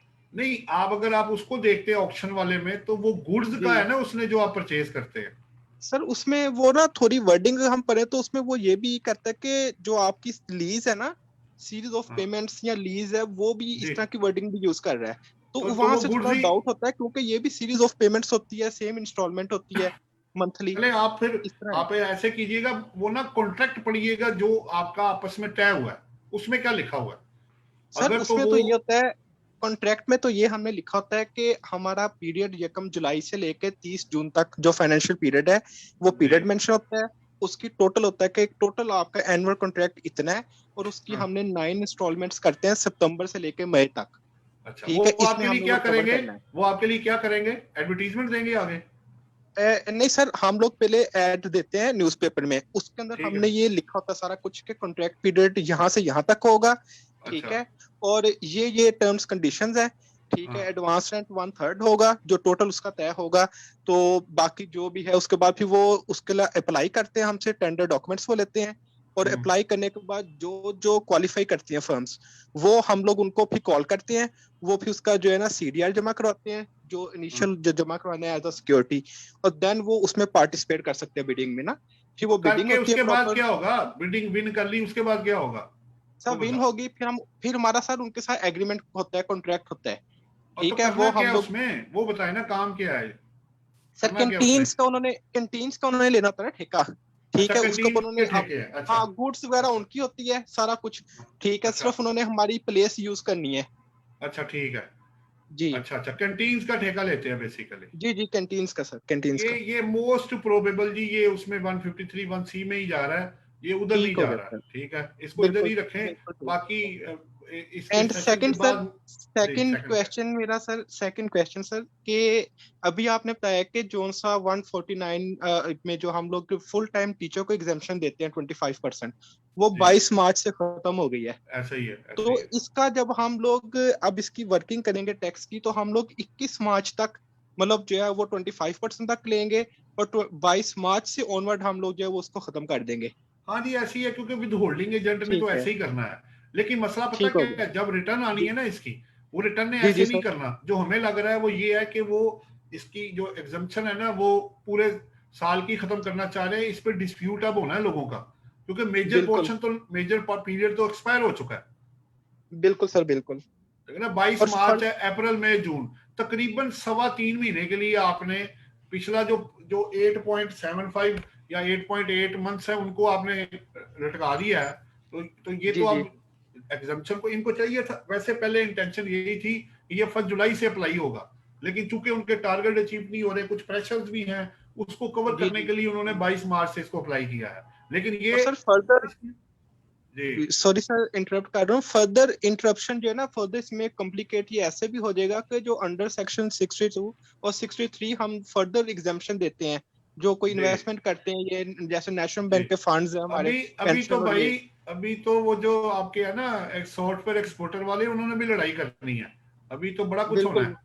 ठीक है, बिल्कुल सबको बिल्कुल सर, उनको टैक्स क्रेडिट में डाल दिया है, स्टार्टअप को भी टैक्स सही है। क्रेडिट में डाल दिया है। ठीक है, कोल जी जी, वालों को जो प्रोजेक्ट्स पावर के लिए उनको भी डाल दिया इन्होंने उधर। ठीक है, ये बिल्कुल फुल टाइम सही है, टीचर बिल्कुल को भी डाला है।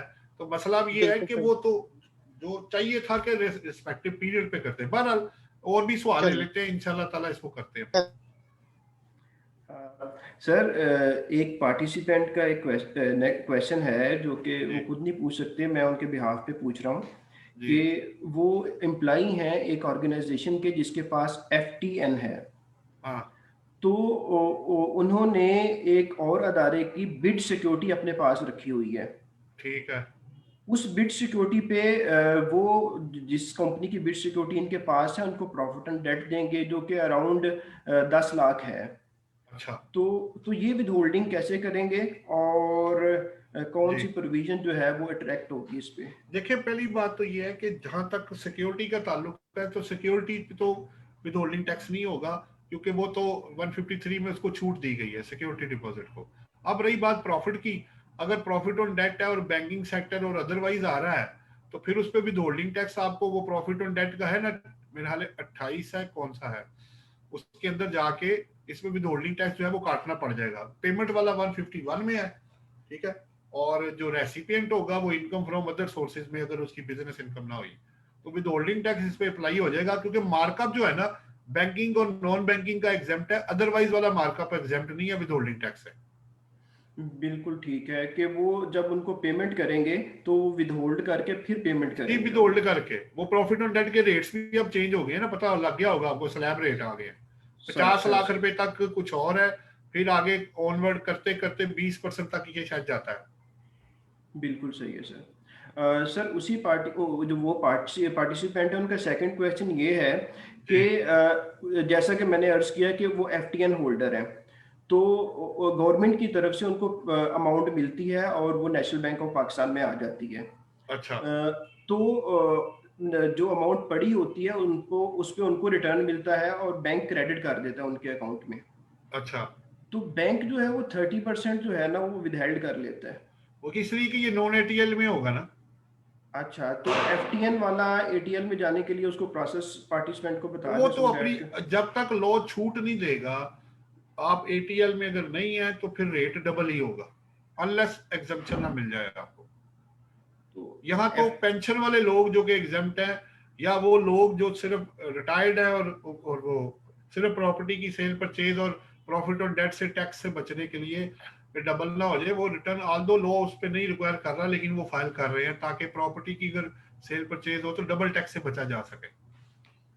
सही, तो सर एफटीएन वाला जो है वो अपनी रिटर्न फाइल करे और भैया उसके वो बाद तो आप देखे ना, अगर लॉ में छूट नहीं है तो मेरा तो कोई कसूर नहीं है ना, मैंने तो एग्जैक्टली फिर सर, टैक्स काट लेना है उसका। बिल्कुल सर, ऐसे ही हो रहा है, बैंक काट रहा है उनका। एक और भी चीज है, मैं आपके नॉलेज पर्पज के लिए, सब पार्टिसिपेंट्स के नॉलेज के लिए शेयर करता चलूं।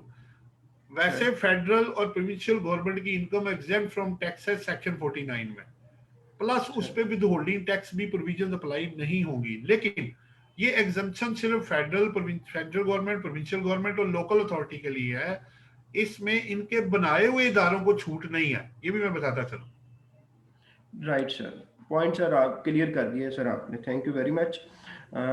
सर नेक्स्ट हमारे पार्टिसिपेंट हैं मिस्टर अजीम, वो आपसे जी क्वेश्चन पूछ रहे हैं। जी जी करें जी। अस्सलाम वालेकुम सर। वालेकुम अस्सलाम। हाँ जी सर, मेरा सर एक क्लाइंट है, हमारे कस्टमर वेंडर कह लें आप, वो एसेसरी हमें प्रोवाइड करता है। ठीक तो हो वो गया। उसका हम 4.5% टैक्स काटते हैं, लेकिन वो हमें कहता है जी हम है टेक्सटाइल एक्सपोर्टर। वो कहता है जी अच्छा आप हमारा 1% टैक्स काटें। उसने हमें 45A का रेफरेंस भी दिया है।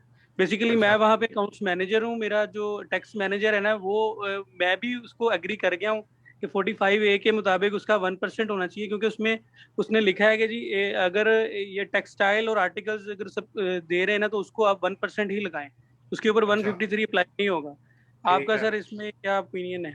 पहले आप उस क्लॉज को अच्छी तरह पढ़ ले कि कौन जी किसको सप्लाई करेगा, तो वो रेट 1% होगा, उसको जरूर चेक कर लीजिएगा। अगर तो आप उसकी प्री कंडीशंस को मेट कर रहे हैं तो फिर तो ठीक जी है, लेकिन एक चीज मैं बताता चलूं आपको, अगर जी कल को जी ये प्रूव हो गया कि आप इस क्लॉज के अंदर नहीं आते, तो डिफरेंस उन्होंने आपसे प्रिंसिप वो 3.5% विद डिफॉल्ट सरचार्ज उन्होंने कलेक्ट करना है आपसे।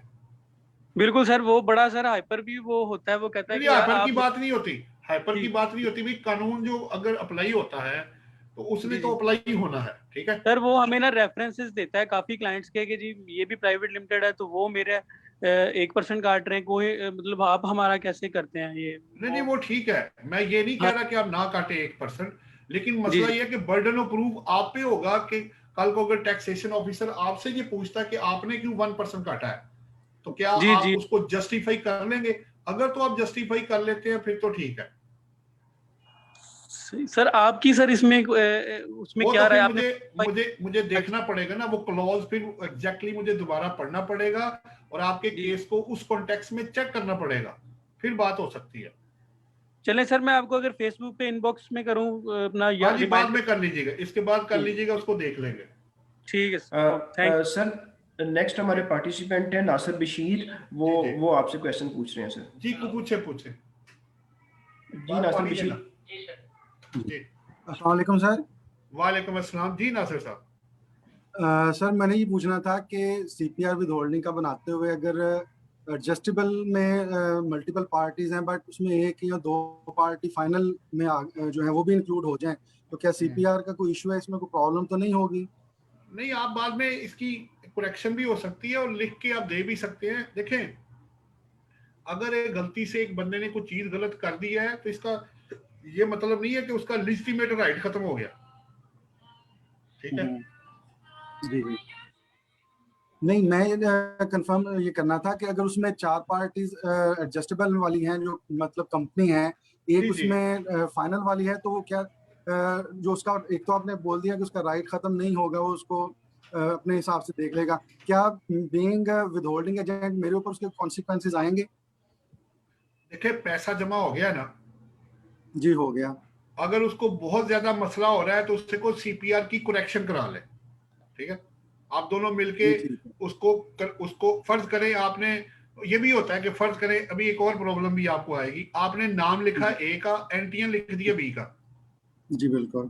तब क्या होगा? क्रेडिट उसको मिलता है जिसका एनटीएन होगा, ठीक है। सर अब आप वो तो इसकी सीधा फिर मैं करेक्ट करवा के दूंगा ना आप उसे। करेक्ट करा सकते हैं, आप भी करा सकते हैं, कोई मसला नहीं है। इतना कोई परेशान होने की जरूरत नहीं है, पैसा चला गया उनके पास। सिर्फ अगर उसका जी। ब्रेकअप गलत हुआ है, उससे हम्म, नेचर नहीं चेंज हो जाएगी। अगर वो नहीं हम्म, मानते, इसको उस तरह एक्सेप्ट नहीं करते, तो उन्हें इसकी करेक्शन करा लेते हैं। जी जी ठीक है सर, बहुत शुक्रिया। जी sir next mister Suhail Abid हैं, उनका माइक जो है वो यूज़ नहीं कर पा रहे, तो उन्होंने जी जो हमें टेक्स्ट किया है। सर क्वेश्चन तो मैं जो समझ पा रहा हूँ इररेलेवेंट है, लेकिन आपकी मौजूदगी का सारे फ़ायदा उठाते हैं और जी आपकी टैक्सेशन के फील्ड में बड़ी खिदमात है। तो ये मैं क्वेश्चन सर जी जी, आपको करें पुट करें, करता आप हूँ। करें। सर ये है, वो कह रहे हैं कि withholding tax against service provider payment in Punjab जी will be deposited to PRA. तो ये तो मुझे लग रहा है कि नहीं सिंपल ही नहीं, है वो सर। दो चीजें मुख्त, देखें दो चीजें, देखें सर उनको वो शायद ना इसको मिक्स कर रहे हैं। देखें, जो इनकम टैक्स है ना, वो पीआरए के पास तो है नहीं, वो तो है हाँ फेडरल गवर्नमेंट के पास है, ठीक है। अब वो शायद इसको मिक्स कर रहे हैं, सर्विसेज का जो सेल टैक्स है उसके साथ मिक्स कर रहे हैं। जी इनकम सर। टैक्स तो जाएगा एफबीआर के पास, चाहे आप पाकिस्तान में कहीं भी काटे, नंबर 1, ठीक है। जो एफबीआर का एफबीआर के पास जाएगा। रही बात सूबे की, तो वो अगर वो सेल टैक्स की बात कर रहे हैं, तो ऑब्वियसली जिस सूबे में सर्विसेज रेंडर की गई हैं, वो टैक्स ऑब्वियसली उसी सूबे को जाएगा। ये दो कॉन्टेक्स्ट में इनको इस तरह जवाब जाएगा। दोनों साइडें हम कवर कर देते हैं, इनकम टैक्स भी और सर्विसेज पे जो सेल टैक्स है वो भी कवर कर देते हैं। अच्छा तो सर सेकंड वो ये पूछ रहे हैं कि जो पीआरए की विदहोल्डिंग स्टेटमेंट है सबमिशन हाँ, की, वो अगर उनके साथ बता दें कि उनकी सबमिशन की डेट्स क्या है, क्या वो एफबीआर वाली डेट्स हैं? वो रिटर्न और के साथ ही होती है जी, अलग से नहीं होती। वो जो रिटर्न अंदर है ना, उसके अंदर ही उन्होंने उसके अंदर विद होल्डिंग जहां होगा, वो भी अगर जो है उसके साथ ही जाता है, वो जो जमा होता है टैक्स। राइट सर बिल्कुल सही है सर। तो आपकी सर बुक के लोग रिक्वेस्ट कर रहे हैं, ईमेल आ रही हैं, तो वो यू तो आर आप ग्रेट। मुझे एक काम करें ना, ईमेल नोट करके ना, वो जी सारे जी ईमेल मुझे भेज दें, मैं इकट्ठा ही सर। उनको जो है ना बुक उनको भेज दूंगा। कोई और सवाल है तो देख लें। हाँ जी, पार्टिसिपेंट अगर किसी और का कोई क्वेश्चन है तो sir is available for answer, तो वो पूछ सकता है। जी, वरना अपने ईमेल दे दे मुझे, ताकि मैं किताबें जो है ना और वो वीडियोस वगैरह जो भी हैं वो सबको सेंड कर दूं। ठीक है सर, बिल्कुल सही है। और ये किताब बिल्कुल फ्री है, ऑनवर्ड भी, ठीक है। बिल्कुल।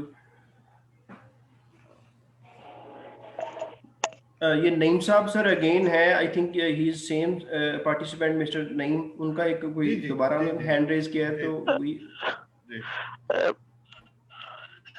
सर सर सॉरी, मैं दोबारा इंटरप्ट कर रहा हूँ। अभी एक ना पार्टिसिपेंट ने क्वेश्चन पूछा था कि अगर एक मतलब वीक में डिफरेंट टैक्स पेयर हैं, जिसमें कुछ जो है ना वो मैन्युफैक्चरर है, यानी कि उनका टैक्स एडजस्टेबल है, और कुछ का जो है ना फाइनल है, तो जी उसके लिए इंस्टेड कि उनको बाद में करेक्शन की तरफ जाना पड़े, उनको जो एडजस्टेबल पार्टीज है उनको सेपरेट कर लें, और जी एफबीआर ने उसकी टेम्पलेट दिया हुआ है, उसमें जी सेपरेट कर लें, और फाइनल को सेपरेट कर लें, उनको अलग-अलग जो है ना उनका टैक्स डिपॉजिट करवा दें, तो उनको बाद में जो है ना वो सीपीआर करेक्शन की तरफ नहीं जाना पड़ेगा।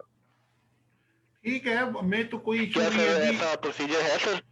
जी बिल्कुल, आप वैसे भी कर सकते हैं, अगर आप इकट्ठा भी कर दें तो कोई मसला नहीं है। जो एडजस्टेबल है वो एडजस्टेबल में कर दें, जो एफटीआर वाला एफटीआर में कर दें। उसमें जी जी, उसमें तो ये है कि अगर बहुत सारी पार्टीज है तो हर उनका जो है ना अलग से उनको अप्लाई करना पड़ेगा, तो इस तरह ये होगा कि उनको बाद में जो है ना कलेक्शन की तरफ जाना नहीं पड़ेगा, और एफपीआर का जो है ना रिस्पॉन्ड वगैरह को 1 तो महीने वो बाद, तो 15 आप दिन अगर बाद एक चलान में विजिट भी कर करना, दें, उससे वो अगर मेरे ख्याल में नहीं, जो है बच अगर जाएंगे। आप 2 चलान बनाने की बजाय एक में भी कर दें, ब्रेकअप सही बना दें ना, बात खत्म करें ना। आप 2 में क्यों जा रहे हैं, आप एक में ही कर दें, लेकिन आप ब्रेकअप तो सही बनाए ना, जो एडजस्टेबल है उसको एडजस्टेबल करें, कोई मसला नहीं है। जी जी ठीक है सर, हमारे convener PIFA Lahore branch committee Ibne Abbas वो भी हैंड रेज कर रहे हैं फॉर आस्किंग सम जी क्वेश्चन। जी, कोई मसला नहीं, जब तक आपके पूरे पार्टिसिपेंट सेटिस्फाइड नहीं होंगे मैं इसको डिस्कनेक्ट नहीं करने वाला। सर इब्ने अब्बास साहब प्लीज जी। It's over to you for question. जी अस्सलाम वालेकुम नदीम भट्ट साहब, वालेकुम आपकी मौजूदगी का फायदा उठा रहे हैं तो बिल्कुल सवाल एक उठाएं सर, विदहोल्डिंग बिल्कुल टैक्स उठाएं। सर सवाल एक विदहोल्डिंग तो इतना रेलिवेंट नहीं है। मेरा क्वेश्चन ये था कि अगर आपने 2019 की रिटर्न जमा करवाई है, उसके अंदर आपका रिफंड पड़ा है, तो जी क्या वो रिफंड आप अगले साल के अपने एम्प्लॉयर को दे के अपने विदहोल्डिंग टैक्स में एडजस्ट करवा सकते हैं? नहीं जी, ऐसी फैसिलिटी नहीं है। देखें, लॉ ने क्या कहा है 149 सेक्शन में कि ड्यूरिंग दी टैक्स ईयर अगर आपका ज्यादा या कम कटेगा वो आप एडजस्ट कर सकते हैं। जो आपका वैसे ज्यादा कट जी गया है सर। पिछले सालों में, वो आप रिफंड मांगेंगे या एडजस्टमेंट करेंगे अपनी रिटर्न के अंदर, एम्प्लॉयर के साथ नहीं कर सकते आप। जी सर, ठीक हो गया, जज़ाकल्लाह। जी जी जनाब, कोई और क्वेश्चन हो जी? जी, एनी अदर पार्टिसिपेंट? जी Sir, I think all are satisfied and चले, very happy. जिस तरह आपने माशाल्लाह हमेशा से जिस तरह आपने समझाया हमें, तो अंडरस्टैंडिंग जो आपने दी हमारी, thank you very much sir. और जो फॉर्मल क्लोजिंग रिमार्क्स हैं उनके लिए मैं ओवर करता हूँ सर हमारे जो कन्वीनियर है पिफा लाहौर ब्रांच कमेटी इब्ने अब्बास साहब को for closing remarks. It's over to ji, you, sir, Ibn Abbas Sahib. जी जी, बहुत शुक्रिया। और on behalf of the PIFA Lahore branch committee, I am extremely thankful to Nadeem Butt साहब फॉर हिज वैल्यूएबल टाइम, और जो उन्होंने हमारे लिए साथ नॉलेज, यही कोशिश की है कि अपने स्टूडेंट्स और अपने मेंबर्स के लिए इस तरह की सीपीडी एक्टिविटीज़ का इनेकाद करता रहे, जिसका फ़ायदा ना सिर्फ ये होता है कि हम अपनी जॉब्स बेहतर परफॉर्म करते हैं, बल्कि जो हमारा अकाउंटेंसी प्रोफेशन है ये उसके लिए भी एक सदका जारिया है और उनके लिए भी एक सर्विंग है। और हमने ये जो हमारा वेबिनार था, हमने इसको सिर्फ लिमिट नहीं किया कि हम सिर्फ और सिर्फ कहें कि जो हमारे पिफा मेंबर्स या स्टूडेंट्स हैं वो इसमें आ सकते हैं। हमने इसको ओपन रखा है प्रोफेशनल अकाउंटेंट्स के लिए। इसका हमारा मेन पर्पज ये था कि नॉलेज शेयरिंग हो जाए, और जो हमारे कोलीग्स हैं, ऑब्वियसली बात है कि जो अकाउंटिंग है इट्स मतलब इफ आई रिजेंबल कि ये मेडिकल से ज्यादा स्पेशलाइज्ड फील्ड है। जिस तरह मेडिकल के अंदर ईएनटी वाले को ब्रेन का नहीं पता, इसी तरह से हम अकाउंटेंट जब एक फील्ड में घुस जाते हैं तो जो लोग टैक्सेशन में हैं वो टैक्सेशन एक्सपर्ट्स हैं, जो लोग अकाउंटिंग साइड पे या फाइनेंस साइड पे या ऑडिट साइड पे उनका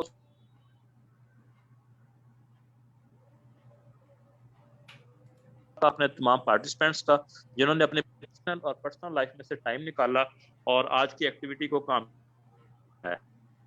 जी मैम, थैंक यू सर। जी मैं मैं भी एक चीज बताता चलूं, मैंने ये सेशन जो है ना अपने फेसबुक के पेज पे ना लाइव वो भी मैंने कर दिया, वो भी जा रहा है उधर, आपके पास भी आ रहा है और उनके पास भी जा रहा है। अच्छा सर, मैं एक चीज ऐड कर दूं, इसमें है कि ईमेल्स हमने फॉरवर्ड कर दी है चैट बॉक्स में, इस पे वो ईमेल करेंगे और रिकॉर्डिंग के लिंक्स हम इनको फॉरवर्ड कर देंगे विद जो मटेरियल और स्लाइड्स होंगे। जी ठीक है। और सेकंड थिंग कि जो हमारा फेसबुक फिफा का पेज है उस पे भी ये जो रिकॉर्डिंग होगी अपलोड ऑलरेडी हो चुकी होगी। ठीक हो गया जनाब, ठीक हो गया। Thank you so much Sir, thank you very much. We are very grateful to you, sir. Thank you very much. Sir. आपका शुक्रिया जनाब, आपने मुझे मौका दिया। Thank you sir, you are great sir. Thank you very much. And we will continue sir. आपसे जो है वो हम रोशनी हासिल करते रहेंगे सर। अल्लाह खैर करे जी, अल्लाह खैर। Sir, it's over sir. Thank you very much. Ali साहब, thank you sir. Thank you.